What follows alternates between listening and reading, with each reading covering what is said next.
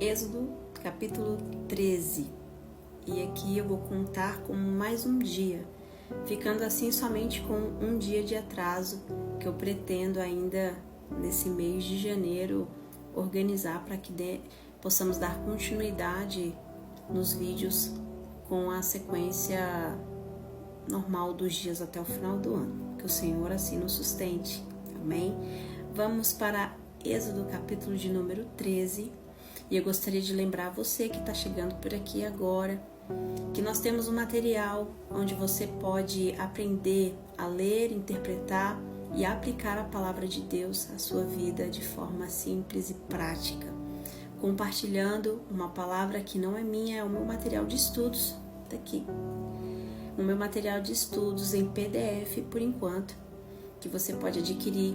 O link está na bio, está nos meus stories, e você vai receber no seu e-mail, no seu WhatsApp, um material rico de conhecimento bíblico e teológico para que você se aprofunde mais no seu conhecimento da palavra. Amém?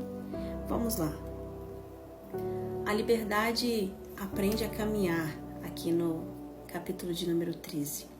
O Egito havia ficado para trás, mas Deus ainda não havia terminado de falar com o povo. A libertação aconteceu em uma noite, mas a formação de um povo livre começa no caminho. O capítulo 13 nos mostra que sair de um cativeiro é um ato de poder, mas que aprender a viver em liberdade é um processo de ensino. Deus continua dizendo ao seu povo: consagra-me todo primogênito. Isso não acontece antes da libertação, mas depois. Aqui existe uma verdade que não está muito óbvia. Deus, ele não pede o primogênito como condição para libertar o povo. Ele pede como resposta à libertação. A consagração aqui não é uma moeda de troca, é reconhecimento de pertencimento. No pensamento hebraico, o primogênito não era apenas o primeiro a nascer. Ele representava o princípio, a força, a herança, o futuro da família.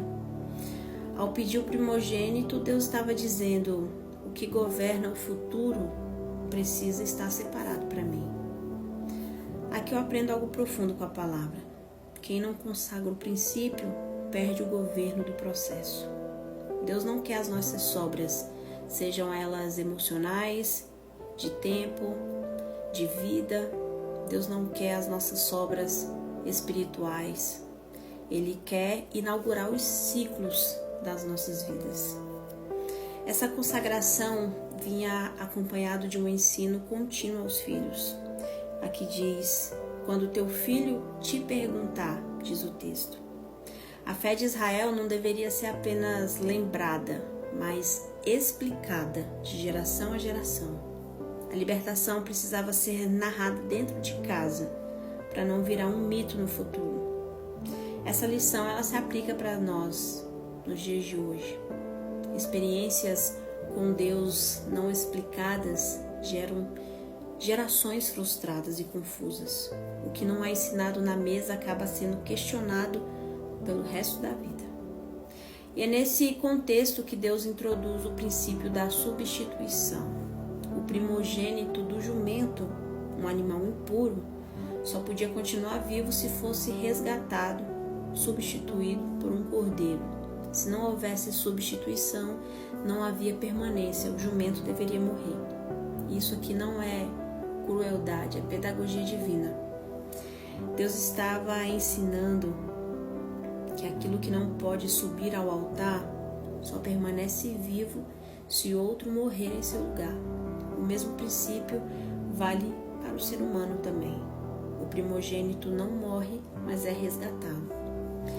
Vida preservada não por mérito, mas por rendição. Porque no sistema levítico, nós vamos aprender mais para frente, o jumento era um animal impuro, então ele não poderia ser sacrificado ao Senhor, nem ser consagrado ao Senhor. Então ele precisava ser substituído por outro animal. Aqui, a teologia ela se aprofunda um pouquinho mais. Deus não permite sacrifício humano, mas ele exige resgate, ele exige uma preparação do coração do povo para entender no futuro que a vida diante de Deus, um Deus santo, só é possível por substituição. Essa lição atravessa a Bíblia toda e encontra o seu cumprimento em Cristo. Ou algo morre, ou algo é redimido. Não existe neutralidade diante da santidade de Deus. Então, o povo começa a caminhar. E o texto faz questão de dizer que Deus não levou o povo pelo caminho mais curto, o caminho dos filisteus. Não porque Deus temesse a guerra, mas porque o coração do povo ainda não estava pronto para uma batalha. Quem é mais conhecedor da Bíblia sabe que filisteus eram o inimigo número 1 do povo de Israel. Aqui eu aprendo algo essencial também. O caminho mais rápido nem sempre é o mais seguro para quem acabou de sair da escravidão. Deus, ele não atrasa as promessas na nossa vida, ele protege os nossos destinos. Há trajetos que parecem desvio, mas é apenas a misericórdia de Deus disfarçada na nossa vida. E no meio dessa caminhada acontece algo maravilhoso, porém carregado de significado. Moisés leva consigo os ossos de José. 430 anos haviam se passado desde que José havia morrido. Haviam impérios que já tinham sido modificados, faraós que haviam sido substituídos, mas a promessa havia permanecido. José não pediu um túmulo no Egito, ele pediu que os seus ossos eles fossem levados quando Deus visitasse o seu povo, porque ele tinha certeza que Deus ia fazer isso. Carregar ossos no deserto não era algo prático, nem confortável, mas era profético. Aqui eu aprendo algo que atravessa o tempo. Deus pode demorar séculos, mas nunca abandona o que nos prometeu.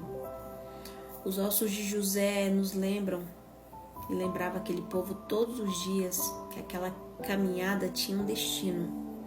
Eles eram a prova de que o passado não havia sido esquecido e que o futuro já estava garantido em Deus. Essa lição é a mesma que aplicamos para nós. Algumas promessas não têm aparência de vida, mas carregam direção. Quem caminha com promessas antigas não se perdem em desertos temporários.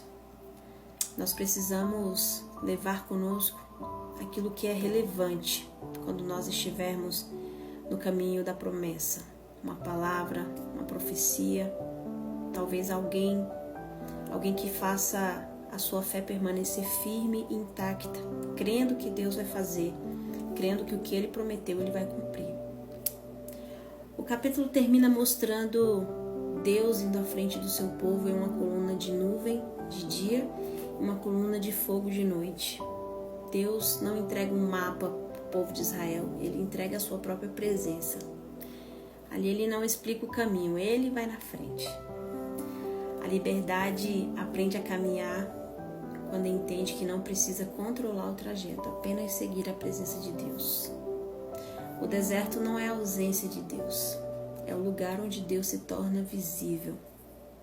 Êxodo 13 nos ensina que o sangue nos tirou do Egito, mas a consagração nos organiza, que a substituição nos sustenta, que a promessa nos orienta e a presença de Deus é o que nos conduz. Deus não liberta o seu povo para o caos. Ele liberta para formar um povo que sabe de onde veio, para onde vai e com quem caminha. A liberdade verdadeira não é apenas sair do cativeiro, é aprender a andar com Deus todos os dias, mesmo quando o caminho ainda passa pelo deserto. E no deserto nós continuaremos glorificando o nome do Senhor. Amém? Se essa palavra falou com você, salva, comenta, compartilha, para que a plataforma entenda que essa mensagem é relevante e que ela consiga alcançar mais vidas e mais corações para a glória de Deus. Deus te abençoe.